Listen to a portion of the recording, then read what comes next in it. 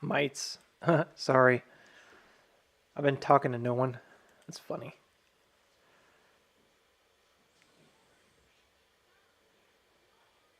T1 Halt. They can keep it halted forever. Halt was pending news. Yeah. I mean, but was it news?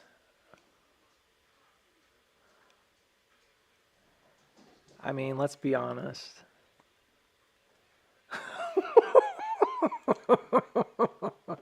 Was it really news, guys? You guys are like, yes, it was news, Wooksy. But was it really? I'm aware of what's going on. Was it actually news or was it set up that way? I don't know. Somebody always knows. Well, let's talk about what happened because obviously there's debt restructuring news. Oddly, it just kind of bounced between the levels that we had earlier today. So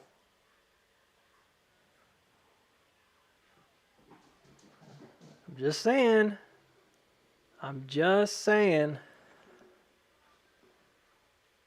You guys, the core people here, the 60 to 70 of you that come in here all the time, you know what I'm saying? You guys are like, are you creating an occult, Booksy?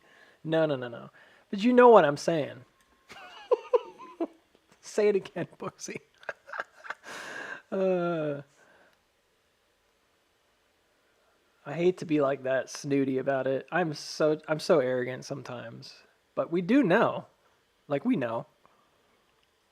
It's so frustrating because I think that probably somebody else knows.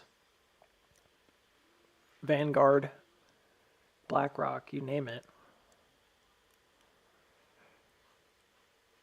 Yeah, the drop to 42 was immediately bought up with a 4 million shares that led to Halt. Yeah, I wonder why. You know what I mean? Goodness gracious. What happened? The debt restructuring news. Don't actually know what the news is. I just heard on my Discord group. So, news of debt restructure. If someone wants to post some information, that'd be great. I came back to the chart. You guys are going to think this is funny, but I was hanging out with my son and we were playing. Yeah, whoever randomly loaded over 70,000 worth of 5 calls shortly after 10 a.m. I was playing Smash Bros with my son and I heard my thing go off and I'm like, oh, that's not good. Well, I was like, no, I didn't say that's not good. I said, oh, it's got to be the 491 trigger. I was like, there's no other alert that we were near on any of my charts. So I'm thinking to myself, well, I guess it finally made that drop, because it's across the room from like where we are. And I'm just listening. It's my lunch hour, so I'm just kind of hanging out. And I heard the beep go off and I'm like, oh, it's got to be the 491. And I'm like, well, there's no rush. We were expecting it to come down, maybe to hit that marker down there and hit below it like the 480, 485, 486 area or whatever. And I'm like thinking to myself, probably nothing, crazy, just that push up and then the drop. And I had it on the chart earlier, just the push up and the drop right here. I mean, you see it. So I'm getting my coffee and I'm coming back over and I'm looking at the Discord and everybody's like, and then I glance over and they're like halted and I'm like, what? And I glance over at my chart and I'm like, are you kidding? It made that move in like half a second. What's going on?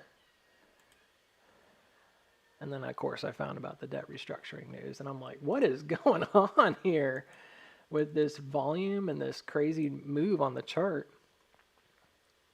I'll tell you this much. It's a bit of a concern because it's been halted for a really long time. I don't know why it's being halted for so long. I really couldn't give you an answer. Somebody said T1 halt, which means they could technically halt it for as long as they need to halt it for.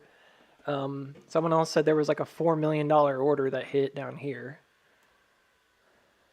I just think it's very interesting because Hey man, on my chart, you guys say whatever you want to say about it, but on my chart, it has us going into a bottom right here and then leaving on Tuesday.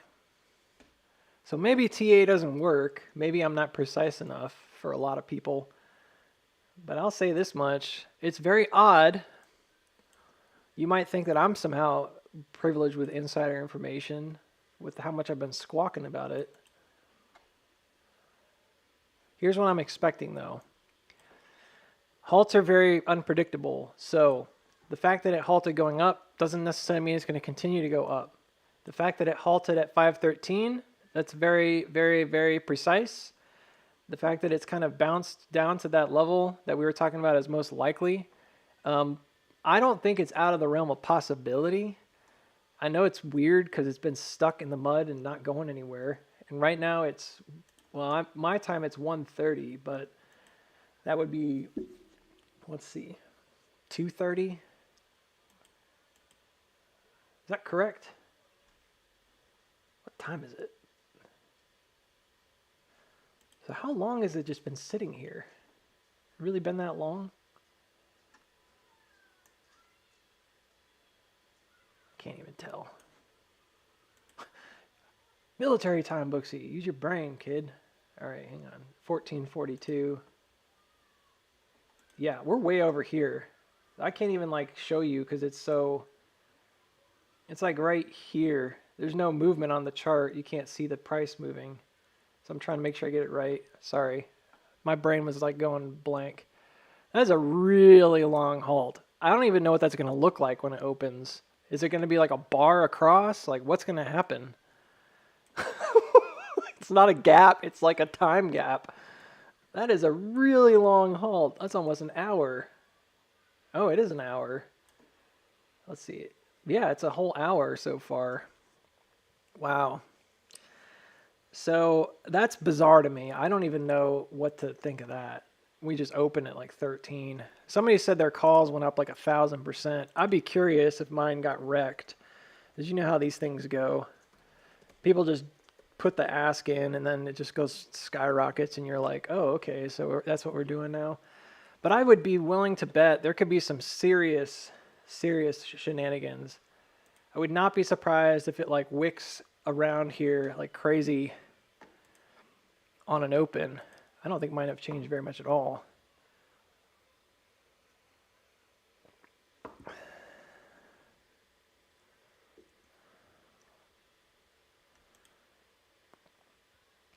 Yeah, mine haven't moved, but they've been kind of stuck, so that doesn't really surprise me. Mine haven't really budged. They're just kind of sitting there. My GameStop. So, not sure what to think of that. I might have to roll them out. I really don't want to do that. Of course, those are expiring soon, so that's my fault. Got them too soon. Yeah, I mean, everything else looks just stuck. Probably gonna have to wait for me on my end because I don't have anything short term. All my stuff's for like leaps for AMC, and none of those really changed before the halt. So somebody said their calls were up like 2,000%, but I don't know what kind of calls those are. So a side wick. That downside wick hit your lower level? Yeah, it did. So that's the liquid center for the range. So it went right down to liquid center, caught it, and then ran back up.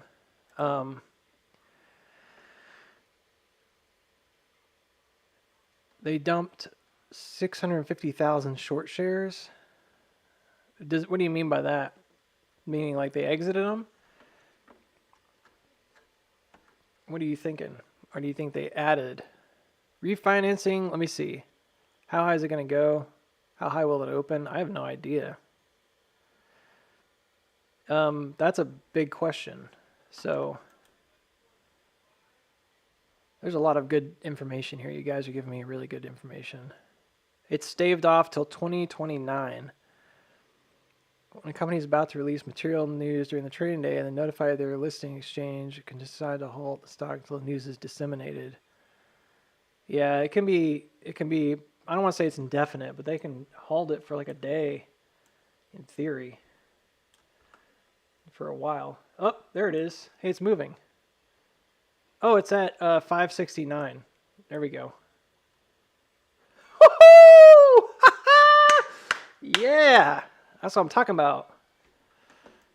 All right, 567. But what's going on here is strange because there's no time difference. It just jumps from like 1430 to 1440. What? What? Well, toss the TA out the window, guys. You guys are like, no one could have predicted this. Yeah. I don't know, man. We'll see. These things are dangerous, dude. Halts are dangerous, man. You really don't know what you're going to get. We might need to just turn off the... I don't really want to turn off the levels, but I might keep... I have to keep something on here, but I'm worried because sometimes those halts can produce really nasty moves. So we got to be careful here. All right, I'm going to... what do I need to keep? 595. Probably gonna get rid of the rest of this stuff. I just want to like see better. So yeah, it's way up here now. I can't see a thing on this chart. I need to just see where it's at in terms of the level. So I'm gonna get rid of this box. That's better. That helped a lot actually. I'm gonna get rid of this line too. That's not really helping me. There we go. So push back to 2029.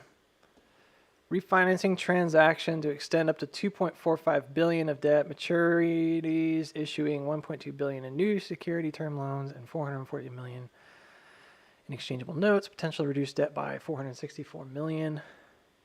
They bought 200,000 short shares. Yada yada yada. Halt no more. Pump. Life's is a box of halts. You never know what you're gonna get.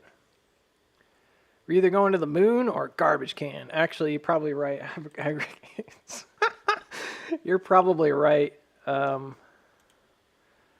Speaking of halts, what happened with my analytics here? We went up to like 100 some odd people and then dumped. And then we went right back up. It's weird. My options strat calculator shows the January 2026 leaps up over 2,500%. I had 2025s, so I don't know why they would be up that high though. That seems like a dangerous thing, doesn't it? When people like sell them like crazy. Who's gonna buy them at those levels? I bet there's nothing on Fidelity. Fidelity's horrible about updating their contracts. Yeah. The AMC January 17th ones are up. One of the set I have is up 10%. The other's is still down quite a bit.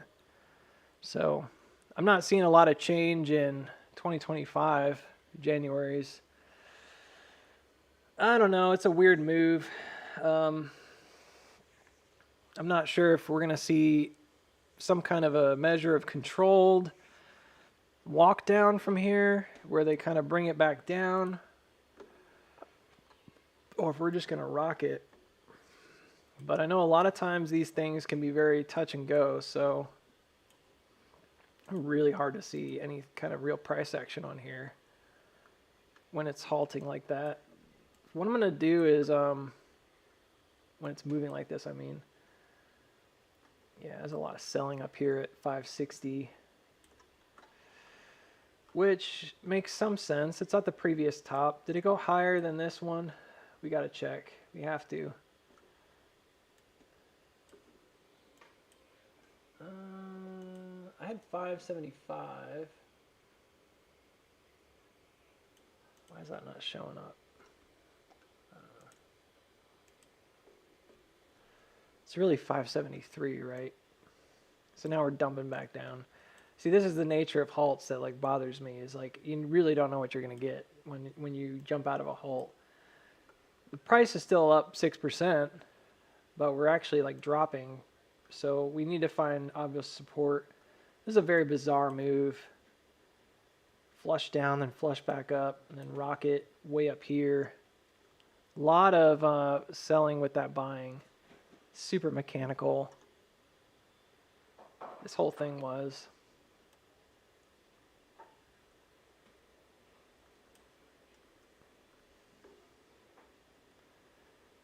Up, up. So double topped at, it looks like 575. Yeah, so somebody pinned it at 575. Somebody had to sell all those orders, just selling right there, right above 565, going up to 575. But from 569 up to 575, it's just, it looks like almost completely sell orders. So that just makes sense of the top. It's not really anything particularly noteworthy just yet. We sold off when we hit above the 573 mark. Man, it's hard to chart because there's a lot of good stuff to look at, but it's moving pretty quick. So I'm going to go to the 6 minute and we'll watch the price action, but I'm not going to watch like the 1 minute here because I need to see some things. So this is really important. If we held above this guy early, which is, you know, a big deal. If we held above this guy early, we could go and just go right up into our SOS because this is technically like jumping the creek and pushing resistance. So that technically could be an SOS zone. And this is the cross. So anytime you come down, that's usually what I'm looking at is like, where are these kind of creek interceptions? I'm thinking that's it. And you potentially could hold here, you'd be in really good shape. If you break below, I think we're just going to resume what we already were expecting to see.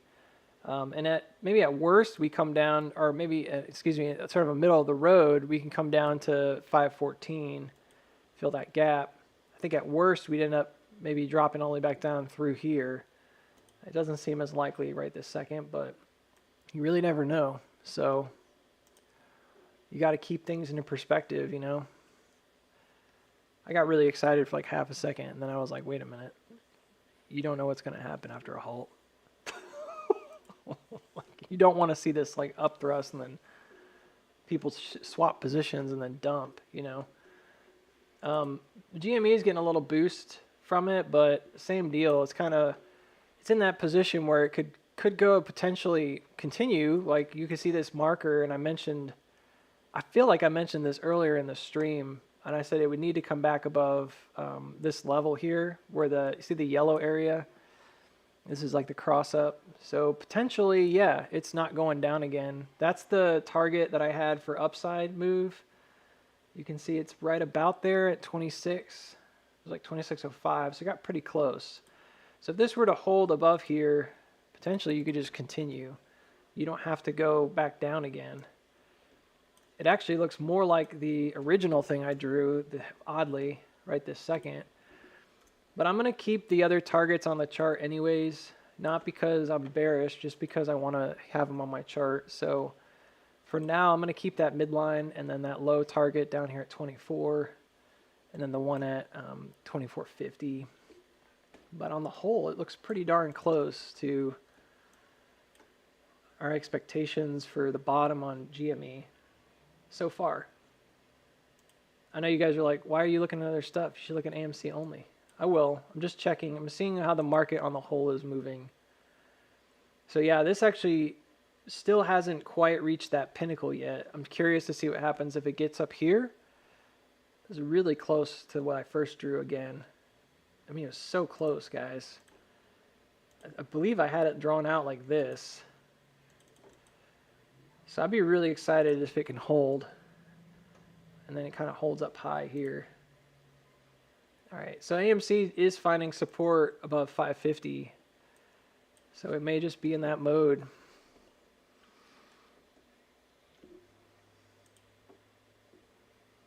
Man, I had Monday into Tuesday on my chart as potential lows, but I thought today we might hit our low, and maybe tomorrow we come back down and find a good buy-in point. Thank you, Stiletto. Thanks, Stiletto Pattern. You're my favorite. I'm going to clean it up a bit. That's the liquid center though. So like if that's all we need, that's all we need. And we'll just take off and go. This will be an area to watch carefully around 6s if we do continue, because you're going to want to see a, first of all, this could obviously distribute. If the goal was to get it back down to somewhere near 5 before the end of the week, potentially you could have this double top and do some kind of a drop. I'm not looking for that. I'm just saying potentially. So you do want to see the continuation sooner than later. I mean, could just go, right? That'd be fun. For once, I could actually witness it with you all instead of like missing it, come back later. Very bizarre. Well, it is what it is. I mean, I'm not going to get rid of all this completely, but I'll get rid of this lower one for now. Because I know what the motion is, so I don't want to completely erase all of that. Like I know where we may need to come back to this later. I don't want to, I'm just saying we might need to, so we'll see. I'd love to have support, not a distribution above 550. Yeah, we were mentioning earlier that the gaps and the buy-in for was back here. Like a lot of your institutional buy-in was right here. So most of your institutions, when they're ready to run, they're going to buy off this top level of their support.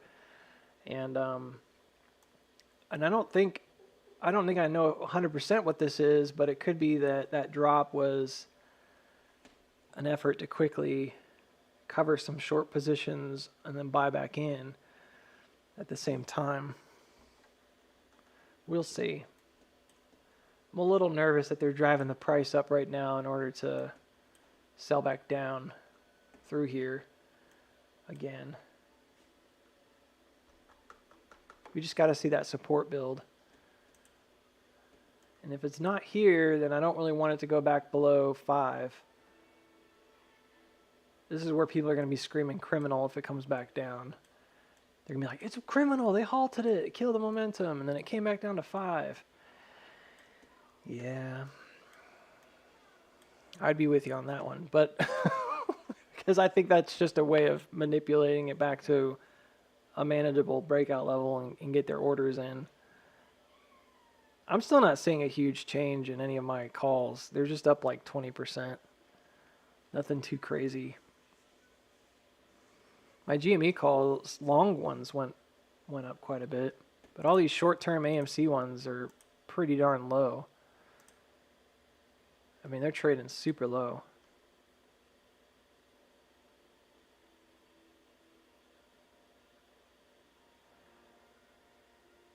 Well, I appreciate that. I can't tell people whether to buy or sell. Yeah, you guys obviously in European markets can trade different hours.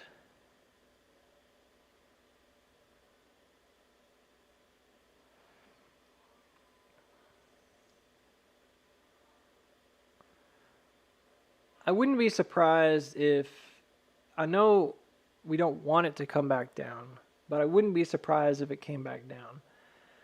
There was a probable motif of, let me try to maybe just make this simpler, because I've got all these lines on the chart, and I just want to talk about what it actually is real quick, so that you're not, that way there's not a sort of an illusion of perhaps what this is.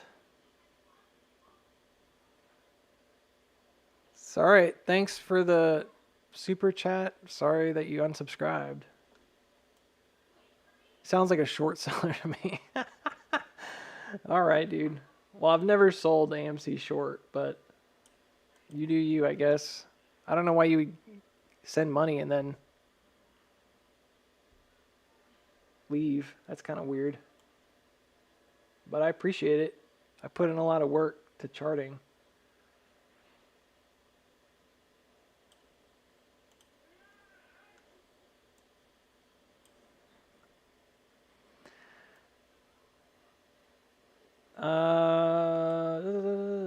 If you're actually wanting to know what my TA was, if you're not just here because of the hype,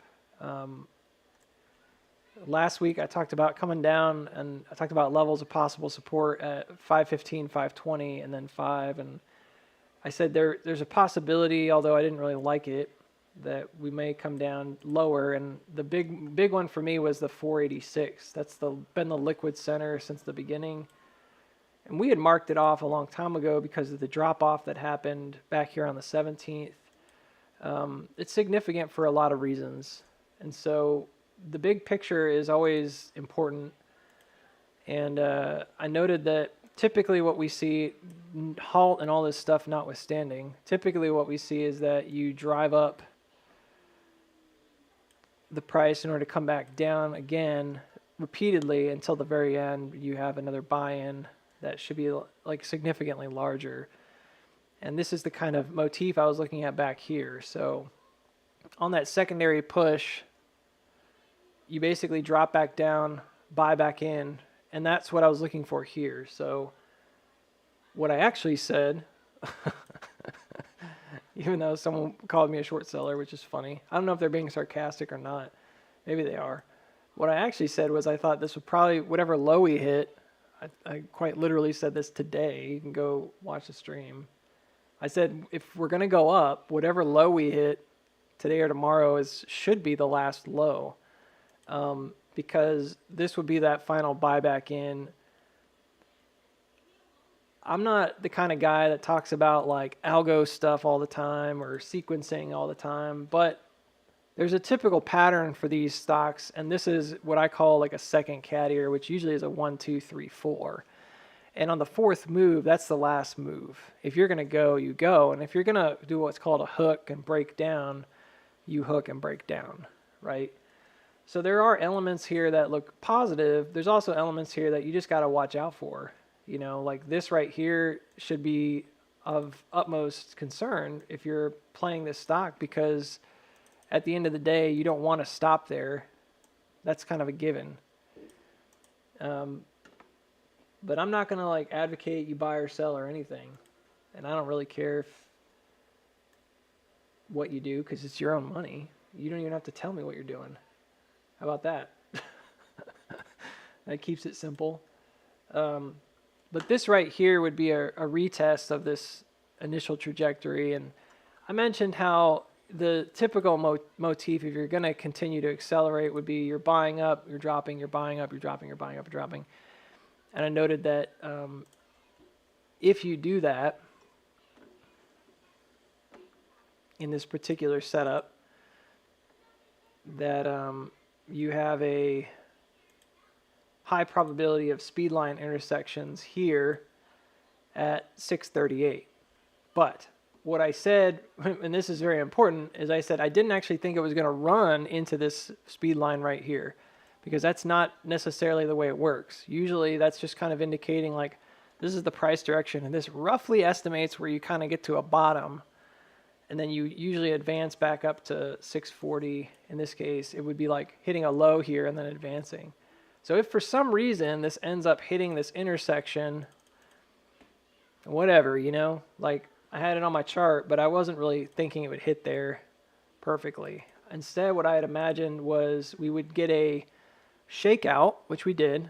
I imagined we would shake out quite like this. This is what I drew earlier in the day on the stream, that we would push up high and then come down low, possibly to like 485. And then we would, at that point, work our way back out in an advancement. All of this that you see right here that I just drew, like all of that seems to have happened, at least in an initial glance, it seems to have all happened in that one wick, that drop and buy back in and support and all that stuff. And we can see that because if you look at the wick, where is the body of the candle? You can see it right here. So there's an open and close price on this candle, top and bottom right here. And this is all wick down. So it opened at, I guess, I mean, I don't know how else to interpret it, because it was all one body on like the minute. So it probably happened in a matter of seconds, but it happened very fast. So even though I'm on the 15-minute chart, if you go to the 1-minute chart, you don't see much else. It's still the same. So this all happened super quick on that announcement. And yeah, it looks to me it opened at 5:02 and then it closed at 5:13. So it opened and we dropped and then we came back up. And potentially this kind of could signify that all of this jazz that I was looking for earlier happened already. Usually, I don't take that for granted though. So what I would look for is either a clear sign of support here presently where we are, or I would expect us to come back down and find support again, kind of where that gap is, because that's the top of this little range down here. Either one works for me. It'd be great if we could stay above 548. As you can see, we're already below it, so that's an issue. And 548 is really the top of the range from back here, is where we started the drop down right on the 15th. So in the grand scheme of things, I'll tell you what I was thinking would happen, and then I'll tell you what, we do from here. What I was thinking was this, and then we would continue to advance, and at this point, basically advance back to this high, and then build out an SOS on top of here going into August. And then essentially from there, you could have more movement to the upside. So if you were missed out on Friday or Thursday or whatever, my big picture was this was probably your bottom, and then you're going to come back up and take off, potentially. So the speed lines were more of an estimation of where that bottom might come into play. Everything else on here, there's a lot of information, but this is really just a massive macro channel. And like that's another part of this measurement that I did was like, where is that quarter measurement come out to? And I said it probably could come as low as 470, although I'd rather stay in the middle. I did a whole like lesson, if you want to call it that, about these center liquidities and how we build out when we come into a range, and that was at 485 when we came down. And then we talked about today we talked about Fintel, and we talked about where the shorts were at different points, and we talked about where the longs got in over here, and most of their buy-in was on the 15th and 16th and 17th right here. It's interesting because it's in that same area that kind of wraps around the middle liquidity. So I find that to be kind of fascinating. So we did some of that analysis earlier. And then as far as this goes, as like a 4-top, as those would go, the last down is really important to recover back above these two trends. So there's two rising trends here that you would need to look at. These are wave crosses, if you want to call them that. You don't want to get stuck beneath either one of these blue ones, because technically that could force you down. And that's usually what we see in what's called an upthrust, when you open below, jump above, and then close below. Maybe a range pocket. So yeah, ideally we don't go way back down through 513 again, even if we went back down. As low as I want to see us is like maybe 5. But that's because these are basically all the same thing as well. So you have a buy-in. I was just talking about this a minute ago. This is the same motif that you have everywhere, where you basically have a buy-in, rise here. And what these do is they point towards buy-in, rise. And as you go forth, they point towards a breakout level. This actually represents like a 415, which is the top. So looking backwards, again, in order to help us look forwards, these elevated rises point towards the previous kind of floor here. You're trying to advance. And what we're seeing right now is there's a somewhat clear push, again, towards that 640 region. I say somewhat clear because you never can be perfect about it, but it would have seemed to me that the 640 is the new support that we're trying to jump. And yeah, so I would want to see it move. I don't want to see it get stuck beneath any of these trends. And 640 as a support makes sense to me if you go back and look at it. because 640 represents one of these early bottoms, early supports that we had way back December and January. That's so weird. I got a super chat and the guy was like, "You sound like a short to me." Yeah, you sound like a bot to me. That's the way I felt about that. Because you like baited me to tell people to buy, and then mocked me for not doing it. That's kind of weird. That sounds more like an institution trying to like screw somebody over than a person, human to human, who knows the risk involved in saying dumb things like that on an internet stream.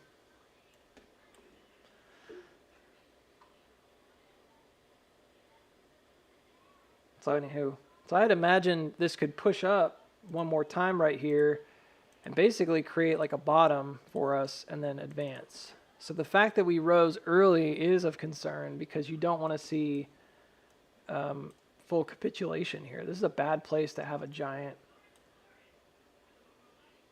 distribution. I really don't want it to do what we saw like over here, for example, where we kind of gap up and then can't hold the support. So we really need to keep that in mind. For those that are interested in whether or not you want to buy or not, it's up to you. But if you're interested in buying, I would just suggest you don't do it until you have support. But I'm also, I don't know, common sense like that. Try to make sure that I don't overdo it, To me, it looks like this is probably coming beneath here. It's having trouble. And the fact that we once again didn't hold 548 tells me that somebody's not done buying or selling here. Until we get back above that 548 and hold it, it's really anybody's game in terms of the downward motions. And these are not like baby institutions. They're big ones. Talking about your Vanguard and BlackRock kind of folks. But Vanguard we found was the biggest one with 30 million shares. So their interest in this is very high. I doubt any of you individually hold 30 million shares or the ability to make 4 million share purchases at one time.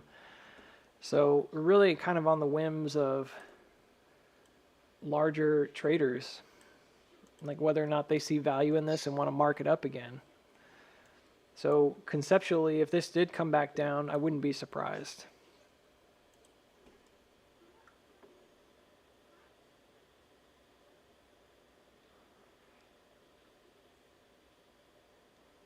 I don't know. I don't know who the guy is. I thought it was weird because I'd never seen him before. So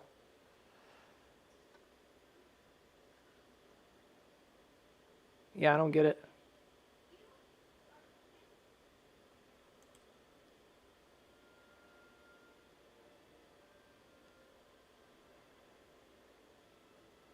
It's a weird thing. Do I think it's going to go back down? Somebody already asked me.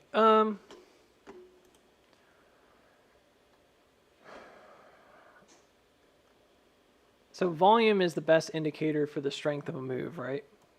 Is the volume on this really high? Yes. But after this high volume, does it find support?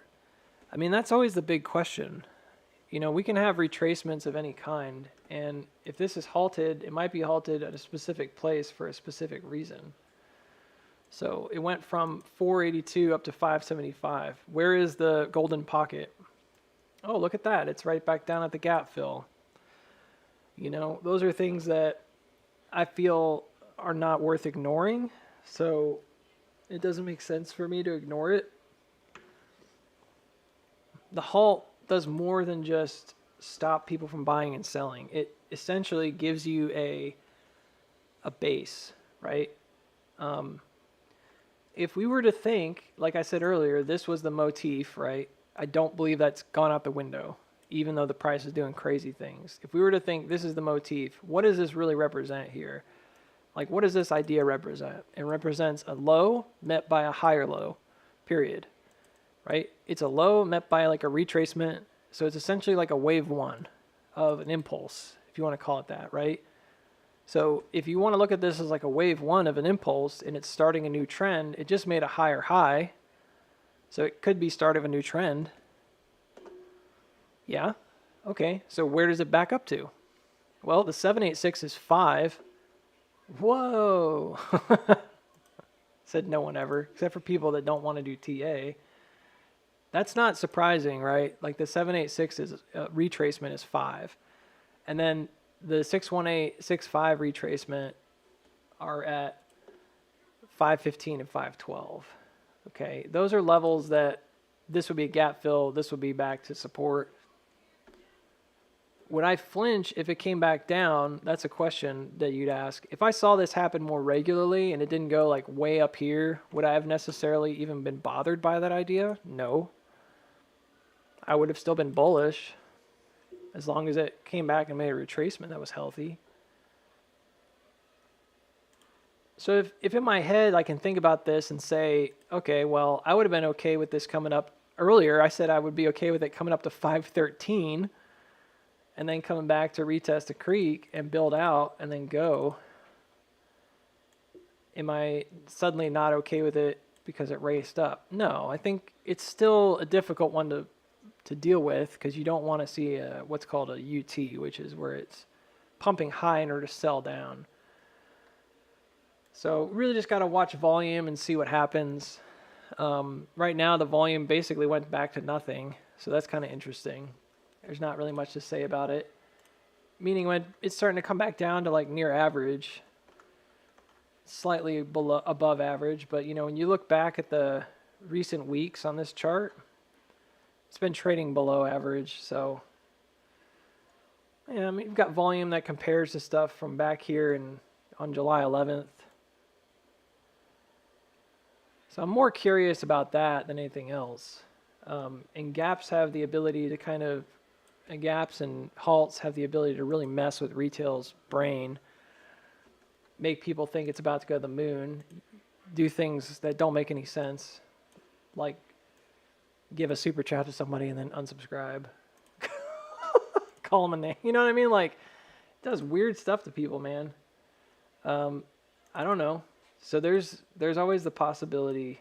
I don't want to ever say there's not a possibility of something like that happening. All right, so this right here is your liquidity test. How do we know that? Because notice it was a steady trend down until right here. And then that steady trend pushed above the trend to go back to a previous level. So it was like a fake breakout, basically. First it went down, then it went up. So that's kind of a double flush. So it went down, tested what seems to be some kind of a floor here around 532. That's, again, one of our famous support levels from recent weeks. But it pushed all the way back up here to 541, and that is a double top. So it double topped at 541. That was actually one of the targets I had for a possible high. If it did come all the way back up, I said it probably would need to hit 541 this week. I said that early in the day today because of a lot of things. So we'll see. So this right now looks a bit distributive because of that. But this would be a liquidity test down. So first you get a shakeout, come low. It wasn't able to breach support at 532, so they do an up thrust. Now they've got more sellers involved. Now they're going to drive the price down through that support, which triple bottomed. This is a hard one to do a math for really fast, but probably could do a descending triangle. I want to say it's like a 40% of this or something like that. I'm not even going to do it. I almost guarantee you it measures out to like these levels anyways, so there's no point in it.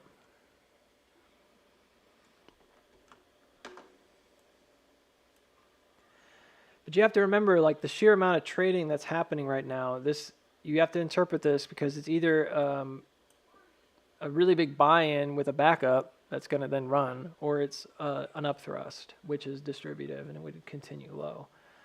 So we'll be watching the buying and selling volume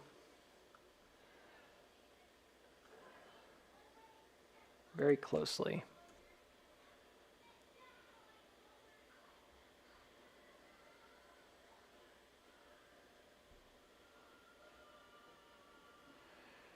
I mean, you never know. This could still advance this week, but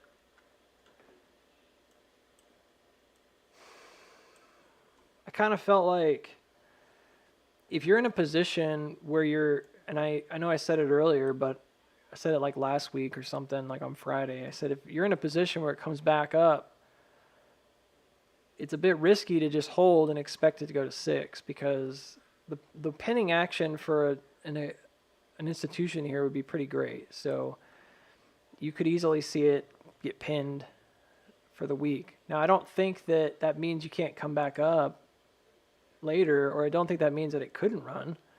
That was just my theory from last week that if it approached this 550 pocket, that was an opportunity for people who had short-term calls to potentially exit, you know, with a better position instead of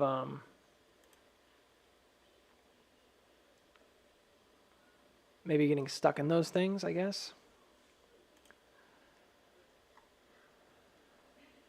So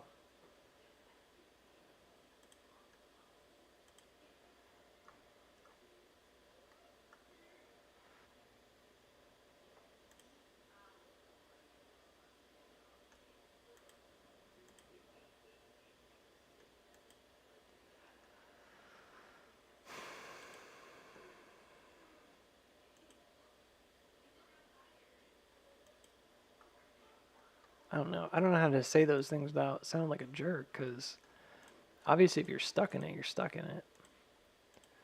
But I did try to give you a heads up last week, because I remember you asked me about it, and somebody else asked me about it too.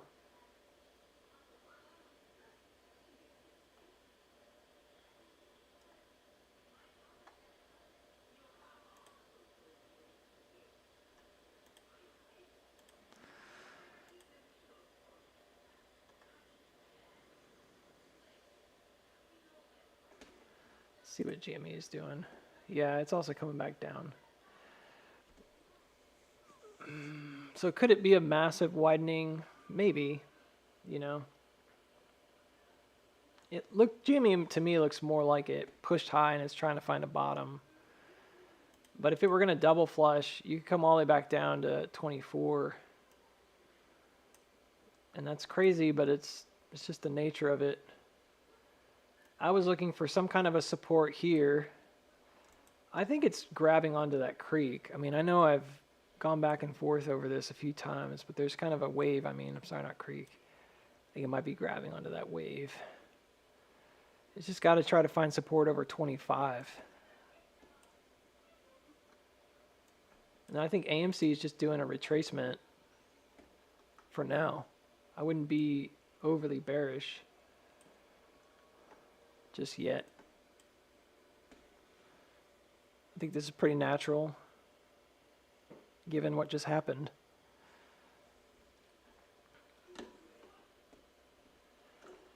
So I'm looking for GME to find support over 25. I'm looking for AMC. I don't really care if it goes low again. I'm really looking for support at 515 regardless, or 513 rather.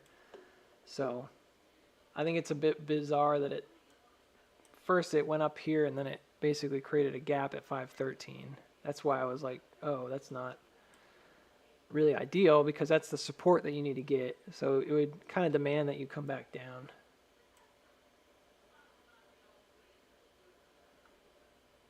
We'll see. If it can hold here, should be good to go.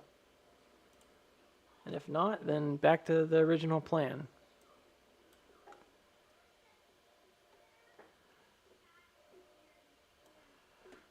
I would submit to you that this is a bottoming action, and that it's going to take a little bit of time to work itself out, but it's still on pace to get up there soon.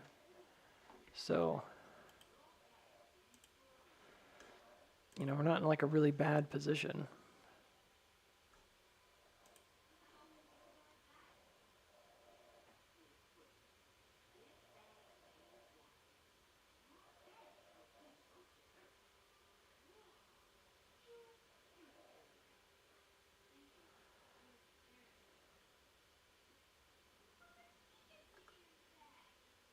I'm not trying to be a jerk about it. I know I'm not trying to be a jerk about it, but I just said that I just felt like that was a classic move that institutions would make this next week. That's when I got that person came on who was like trolling, said like, "Oh, you think it could go this way or that way? You don't know." And I was like, "Well, that's not really fair." It was like the end of the week. I was really tired. I got on late for a late stream on Friday, and I went off on the guy, not in a mean way, just.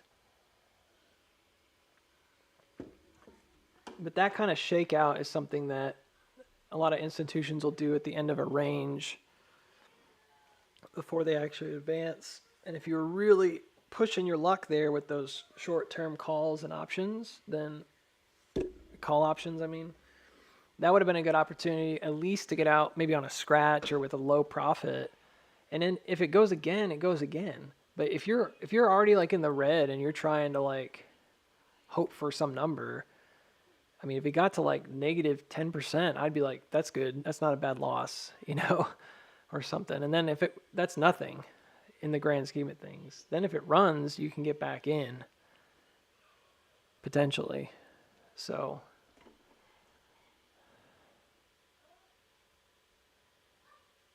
yeah, we're doing a gap fill. Pine Wizard.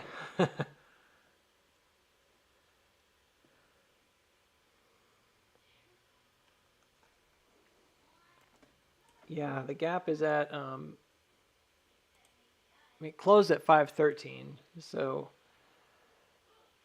I'd say it needs to get to 513, but it could be one of these things where you push out sideways and then come down.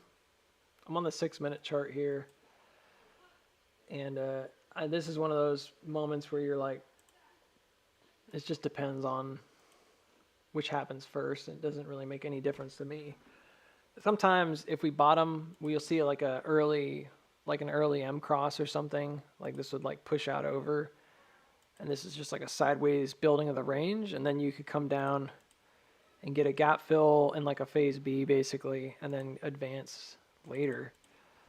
I mean, this is not bad, and this is not bad either, which is coming low. If you can't do it, coming low and then doing it lower is also fine.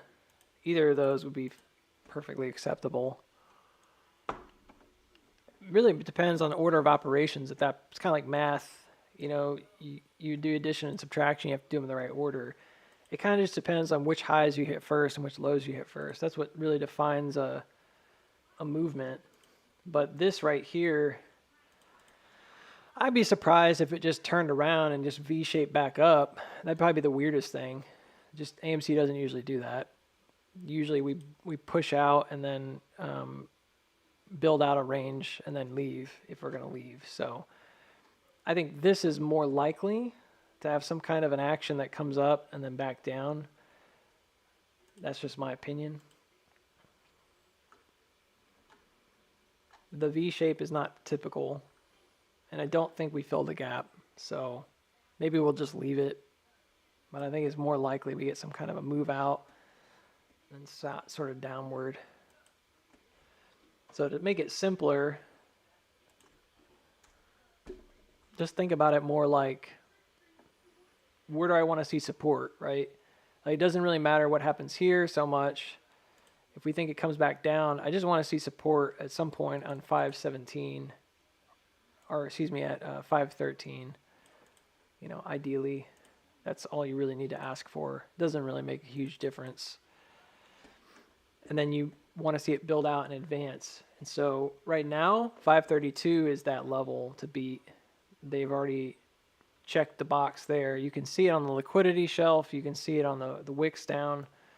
You can see it where that breakdown happened. It's definitely a common level for us. So 532 is the running level now for this bottom. Once it advances back over 532 at some point, then you may see it continue.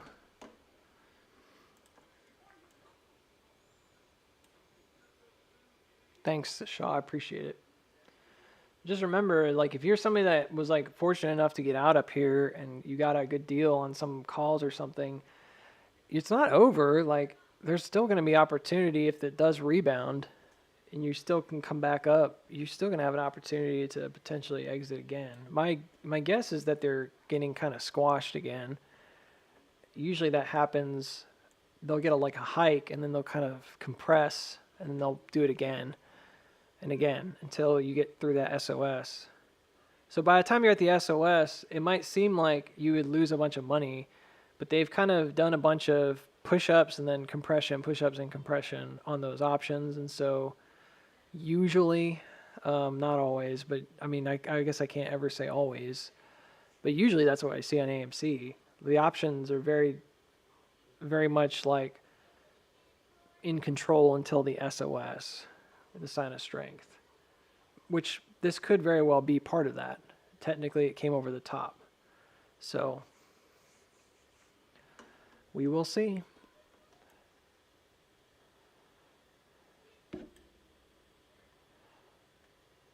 I'm just of the mindset that we might as well go ahead and fill that gap, hit that golden pocket, and come back up.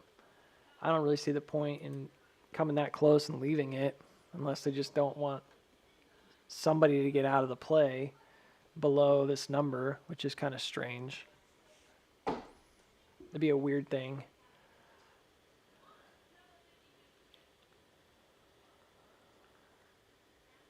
Locked in for a profit for once in my life.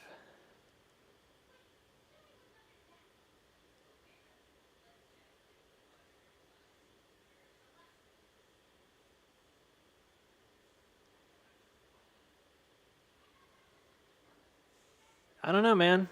I don't know what that means. Yeah, he talks sideways, Adam Aaron. We'll see. This looks good. Volume went back to like nothing, and it's getting a nice buy-in. That's good. Just gentle buying here. I really want to see heavy buying after it pushes higher. I know this is a good push, but we're not quite done yet. I don't really want to see super heavy selling in another top again like this. This is a pretty high volume top, so that makes me nervous. So I like to see the sellers kind of chill out and then buyers take it back up.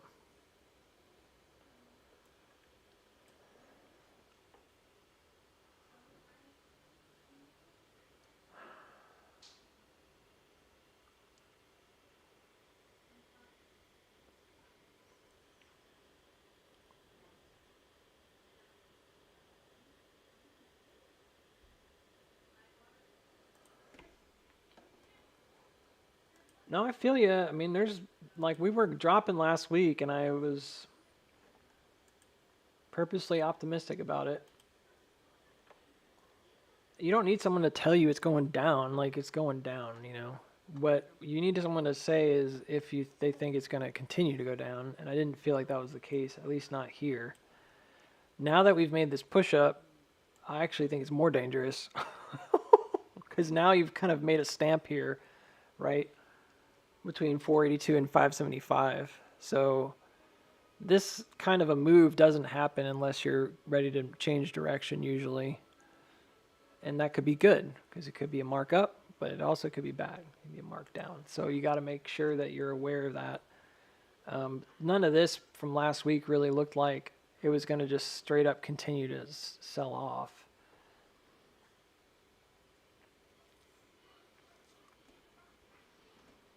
Keep it in perspective and you'll be fine. Now is the time where you don't want to see it sell off. The fourth move on these is super important. It really is the final move, if you will. Someone asked me earlier if this could be like a spring, and I think it could be. I mean, it could be a spring right into an SOS that's now having a backup. I know it's super compressed, and that may seem silly to some to say that, but in theory, I mean, it's totally what it could be because it went all the way from a new low here on this range to a new high. So you had a strong liquidity test down, followed by a massive one to the upside. If we saw this and it was stretched out like we were expecting, I mean, this wouldn't be a great SOS, to be fair. But if we saw it stretch out like this, I would be like, oh, okay. Maybe we're going to see it, you know, a backup to the creek and then potentially advance again.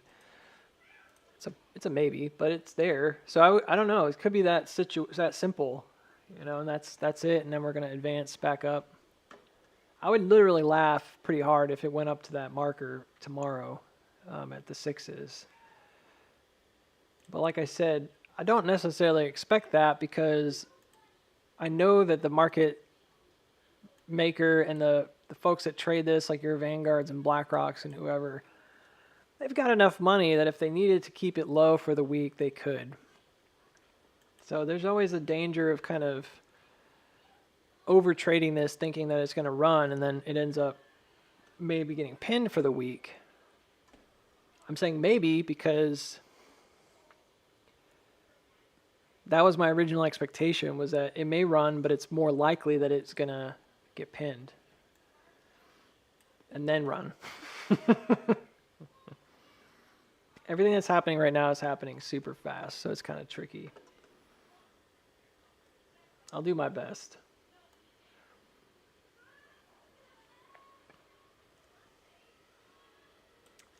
Yeah, I don't know. I guess if I saw it spread out, I would probably think this is good action, good price action. Like, I would be looking at, we don't even need this, do we? Because like we already know those are the fib levels. I would be looking at, I don't know. I kind of already drew it, so. I mean, I already had it drawn out, and then I kind of erased it. I took it. Yeah, I thought we were going to do this, and then, yeah, basically you'd have an advancement, and then you would kind of come back, find support at 548, and then advance again. So if there's some kind of a version of this that happens rapidly, like boom, boom, boom, boom, boom, boom, fine, And then I thought, well, if you really wanted to mess with retail, you could have it delay until Friday and keep it really, really low and just sort of accumulate here and go sideways all week and basically just buy up, and then take off. And this would be like a rapid fire move to the upside. That's the kind of stuff we're used to seeing on AMC, is like just kind of sits there and does nothing, and all of a sudden it's just like blah, So it's an accordion. Like, you can stretch it out, you can squash it. The volume just has to be there, and the support has to be there in the right spots. So I'm a big fan of 532 as support. I think we want that as support. I think it's really important. I marked off 538, but that's basically the same in my book. Like, I'm looking at that level right here. I want to see support. And then I want to see support above 548. So that's really important as well. Because right now, all we've managed to do is sell off every time we've come back above the top of this range. And you can see it going back all the way from the beginning. Ever since we first dropped in here, there's been no support above 548 here. All of this has been supply. As soon as we get over 548, I think we're in a good shape. Probably off to the races. Bigger question is just time. Yeah, that's correct, Jason. Yeah.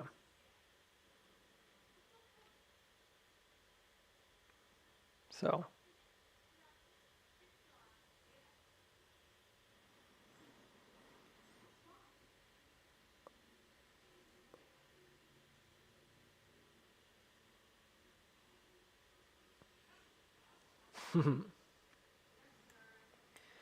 Well, you got to remember the nature of a shakeout. They're not effective unless they shake somebody out, buyers or sellers. So a short might be setting orders above 548 to sell or to open short positions. Even a long might do that technically if they don't want it to advance early. They're just selling it down every time. It sounds weird, but I was thinking about it, and I'm like, if I'm a long operator and I think this thing's going to keep going up and bashing its head against 548, I could probably build a wall by buying shares below there and then just selling it anytime it hits 548, selling my shares. And I could have like one account that's purely for just holding it in place. And then I could have a separate account for accumulating, from that point forward and lowering my average. It sounds silly, but we've seen them do that kind of stuff with puts where they'll create like a wall and then sell off from there. I think those sell walls, that concept, I think is we are always assuming that it's some kind of a short, opening a short position, like selling shares short. But they may actually just be selling shares they have. They just need to do enough to keep it pinned, and then they can accumulate.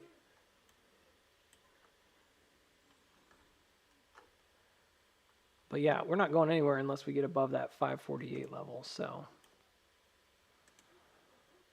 I'm going to add an alert at 550 on AMC. I'm going to go check out GME. Yeah, much the same. Weirdly close to this curve I drew. I say that because that's not really something I was trying to do. It's just there. I think as a wave it needs to catch here and go up, but I wasn't really attempting to like make it a trend, That's not really my goal with it. It's kind of odd how it's like bouncing around it right now. So largely looking pretty decent though. I'm curious if it tries to do a quadruple flush here. That's what it looks like. That's great. That's usually a bottoming action. 1, 2, 3, 4, right in the same area. And it's doing it while laying up over creeks. So there's supports that are jumping here. You can see that one. See that? That shallow kind of advancement and then pullback. Man, that was a good target. That was a good price target. I really thought it was going to go down first, then come back up. But that's because I was expecting to have like a quadruple flush here. There was 1, 2, 3. There wasn't the fourth one until here. I was expecting to have it flush here and then go back up and then come to a support. That makes sense. That's a more typical, this guy is a more typical bottoming action for AMC. We see this all the time on AMC, this kind of move, like this rapid fire range that's really compressed. So let's keep it simple. On GME, if it can hold above 25, probably pretty bullish shape. If not, we're looking at another flush and we're going to have to kind of monitor, see where it goes. That was just a diamond break here. Now it's basically thrown back to the breakout, so it's completely erased the breakout to some degree, because that's where it broke out and then it came back down. It's advanced a little bit. So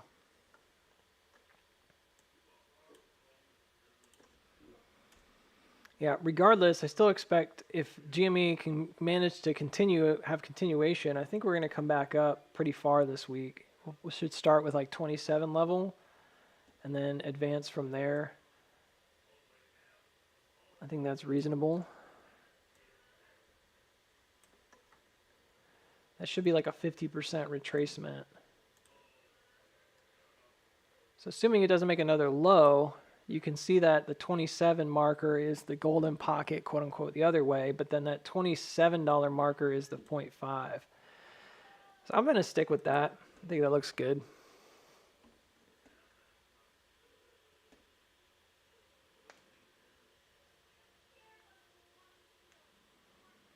Did Kamala ask me to run with her? She knows you care about retail in the country as a whole.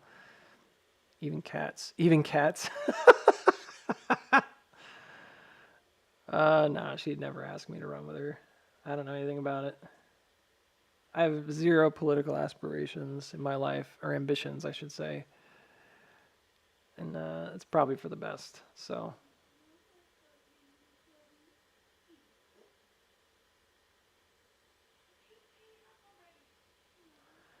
I guess you never know. One day, who knows? Way down the road. If I were ever interested in government, it'd probably be like local government, though. I think you can do a lot more locally than you can do nationally. It takes a special kind of person to become president, you know? You gotta have somebody who's got the right mindset, and then it's not just ambition, it's like sort of desire to. I think maybe there has to be some ambition involved in it nowadays. Because, like, why else would you go that far? You have to want to, you know? You'd have to love the political system and want to engage with it and want to be able to be at the highest office is a big deal. There's that down. That's good. So it went up to about the level we thought. Now it's kind of chopping. I don't see a lot of downside, but I think we'll probably see it happen. Pretty exciting, guys. I'm pretty excited about this. Well, I don't want to comment on standing presidents or anything right now. That's very political of you, Booksy. Maybe. I think of it more as like a courtesy of like being polite. And the fact that this isn't really about that. This is about the market. And if you're in the market, you're by nature some kind of a capitalist. So you're going to care about economic policy. But at the same time, we don't really need to go to the nitty-gritty of political things. Politics is a lot more than just economics. There's a lot more. So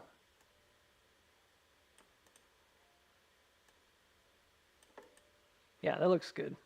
I'm going to get rid of this. I don't want it anymore. So we crossed over. That's the downtrend. Looks pretty good.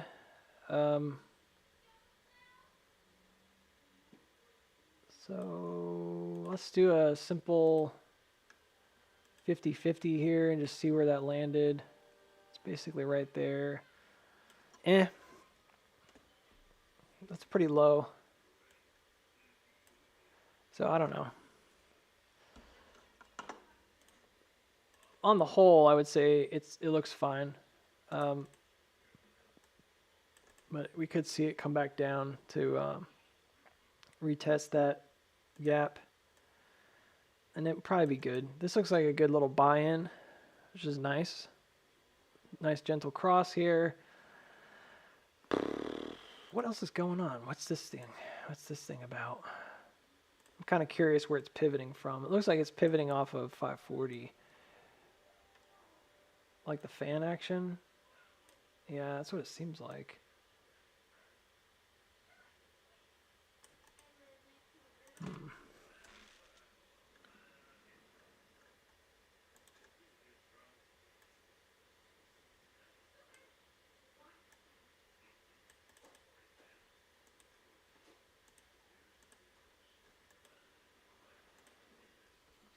Yeah, I'm not sure why. May be like a double topping action, but this is probably going to matter long term. So a lot of times what you'll see on this bottoming is that this particular first set of ears, if you want to call it that, it's like you'll see this is like an M cross or something. Not always. But if it does, then you guys are like, why do you always say that? You always say not always. Because there's like dozens of different ways they set up. The patterns are the same, which is why people are able to find fractal patterns everywhere. But they don't always achieve the same results because they're not always pushing certain lines. Like if this ends up being a creek and it can't jump it, the secondary advancement fails, you're not going to go back up, right? It's that simple. And then you end up with a lower push and you may jump later. And then this is just your main creek. But if it can find a secondary push here, sometimes this ends up with another top. And usually at that point, I'm more in favor of a wrap around this one, sort of like that. And that eventually crosses down, so on and so forth. And that's just more of a Wyckofian sort of bottom. All I'm saying is it often comes off this top marker. So I'm going to leave that on the chart. We'll see how that interacts. So this gives us quite a bit of space, right? There's a lot of space down here. If it doesn't matter who it is, bull or bear, if they want to drive the price down, gives quite a bit of space to do so and potentially drive the price down low. And I think that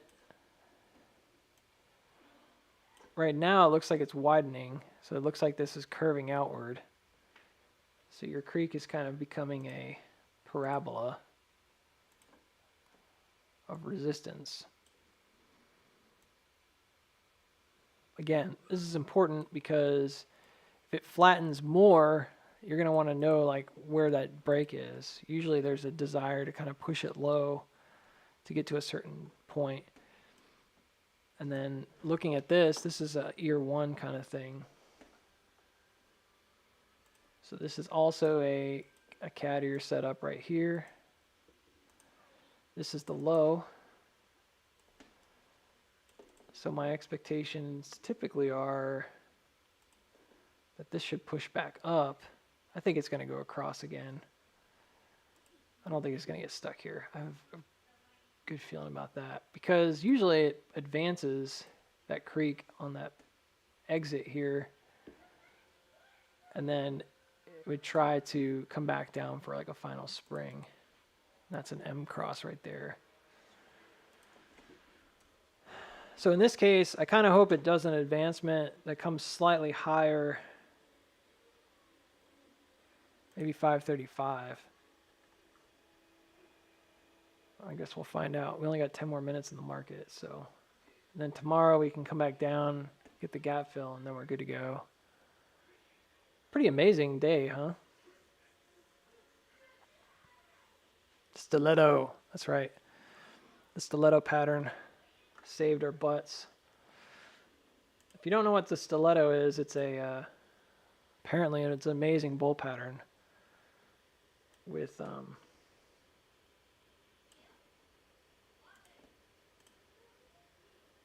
here, you'll see it and you'll never unsee it again.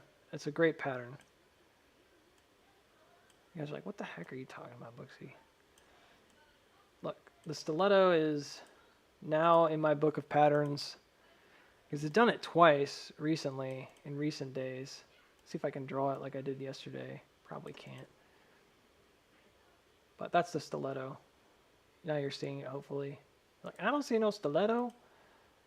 Oh, you'll see it. There's your stiletto.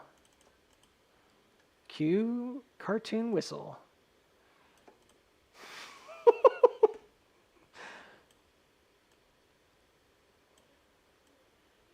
Lady sticks her leg out the car. Woo! I made it look better yesterday. I don't know how I did it. I made it look a lot better than that. I don't know. It looked better, just sharper lines, I think.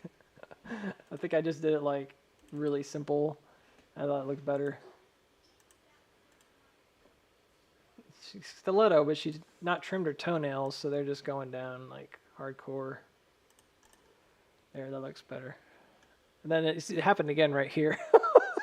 So that's why I was saying it like there's another one right there, the stiletto. Cartoon dog dropping his tongue out of his mouth or something, like paper towel roll. So corny.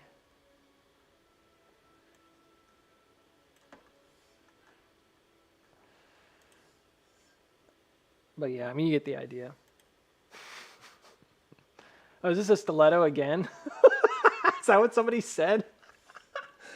Oh, you might be right. Maybe a week old, follow me around.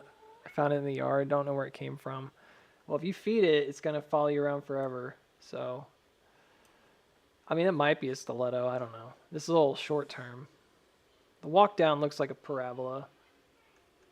I don't know if I call it a stiletto just yet. Maybe. Maybe right there. I used to call this just a beak, but now it's adding this little footy motion to it. It's kind of weird. So maybe it is a stiletto here. I'm going to see if it drops low again to come back down. Then I would call it a stiletto. It's a very high-heeled stiletto. Somebody's feet are hurting.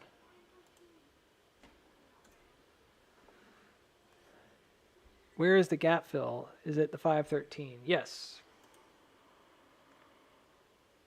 It's a very weird gap. Happened in the middle of the day because of the news and the halt. So is it unusual, the placement of it? Yes. Normally we wouldn't call a gap unless it was like an after hours gap that wasn't traded. This one was traded and it just was halted. So I don't know, man.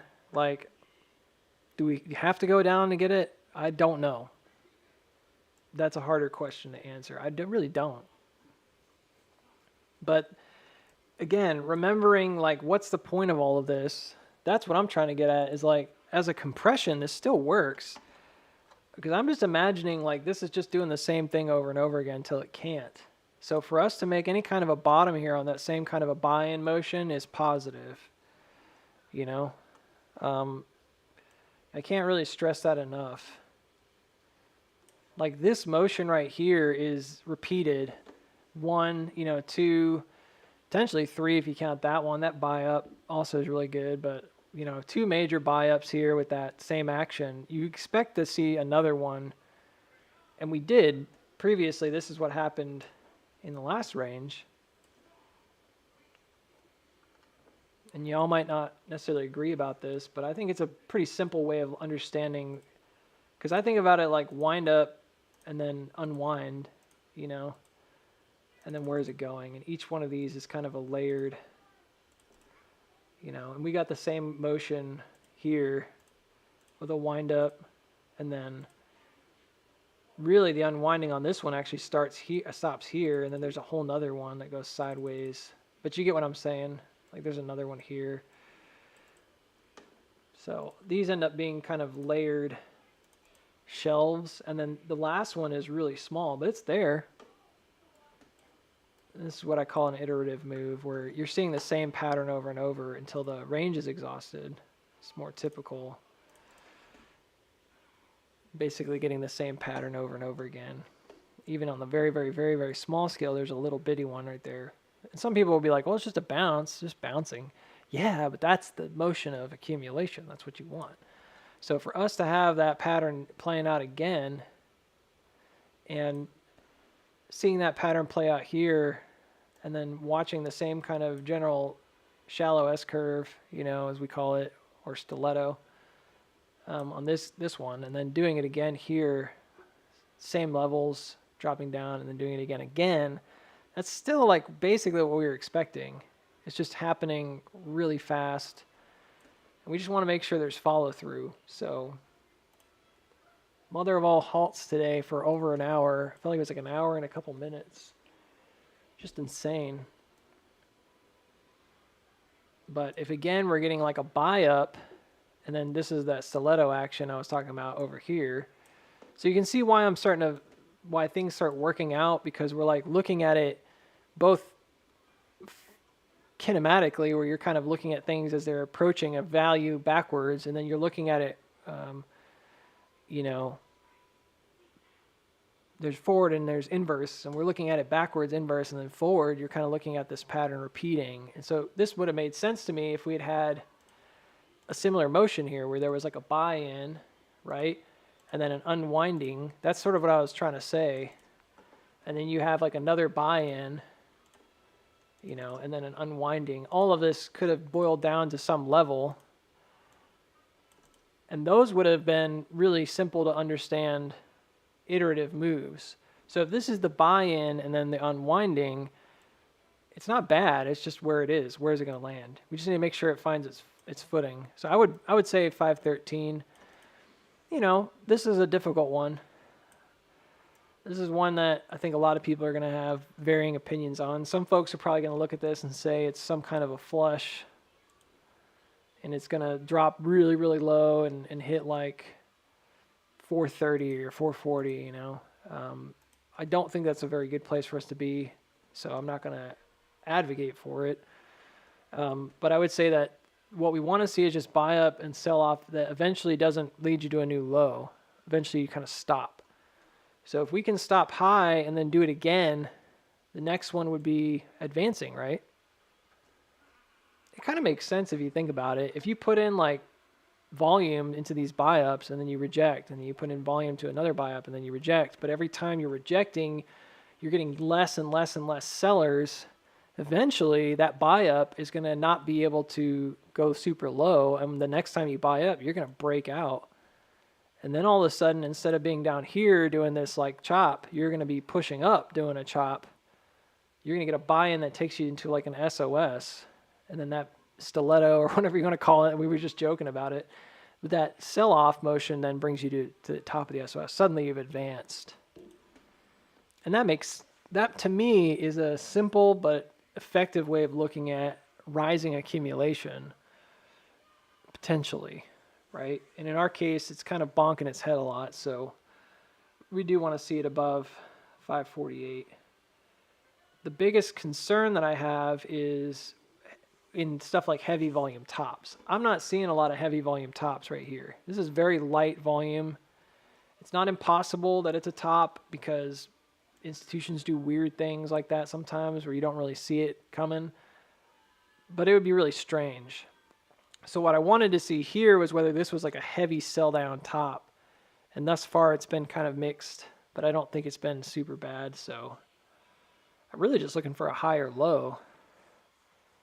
That would be more ideal to me. And even coming back down to 5 would be solid. That's a 786 retracement on this move, and then you could just advance.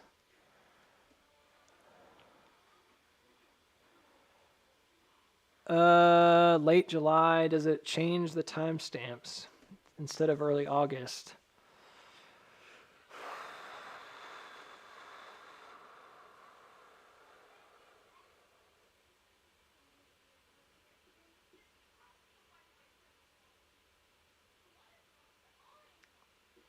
It's too early to tell. There's not enough price action here. If we manage to do this the rest of the week, nothing really changes, right? So like if there's, if we close this week around 5 and it basically has done this the rest of the week, nothing really changes, does it?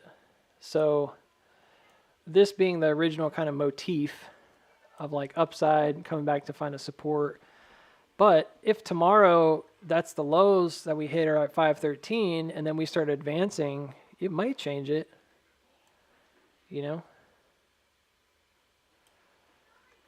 I would suggest this to you. If we're having any kind of a doubt or confusion about this movement, again, just kind of taking it a step back. I just seriously doubt it's going to hit on these speed lines. That would be really bizarre. But, you know, that's like way, way steep. That's like going straight up. You might as well be going, again, we might as well be going like straight up because that's what it would have suggested. I just completely ignored it. I was like, forget it. It's not going to do that. But if I were having any questions about the nature of the build out, what I would probably do is just assume that there's going to be some kind of a corrective measure to kind of bring it back in line and then go from there. So where is the marker at in terms of speed?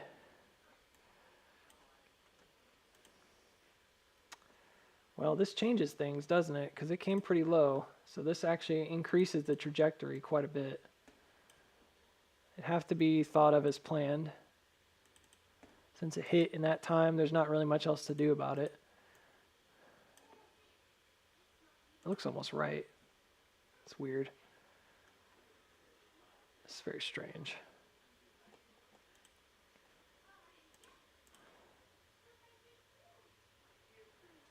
Right, so this is what I would do.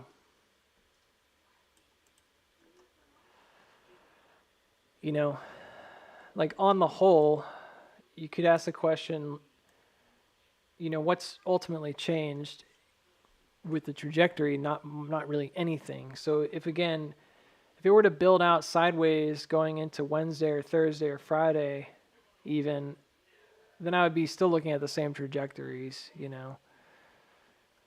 I know it sounds crazy, but it would just have to be, we just have to wait because I hate that. But, you know, worst thing I think maybe to come up and reject on 548 again.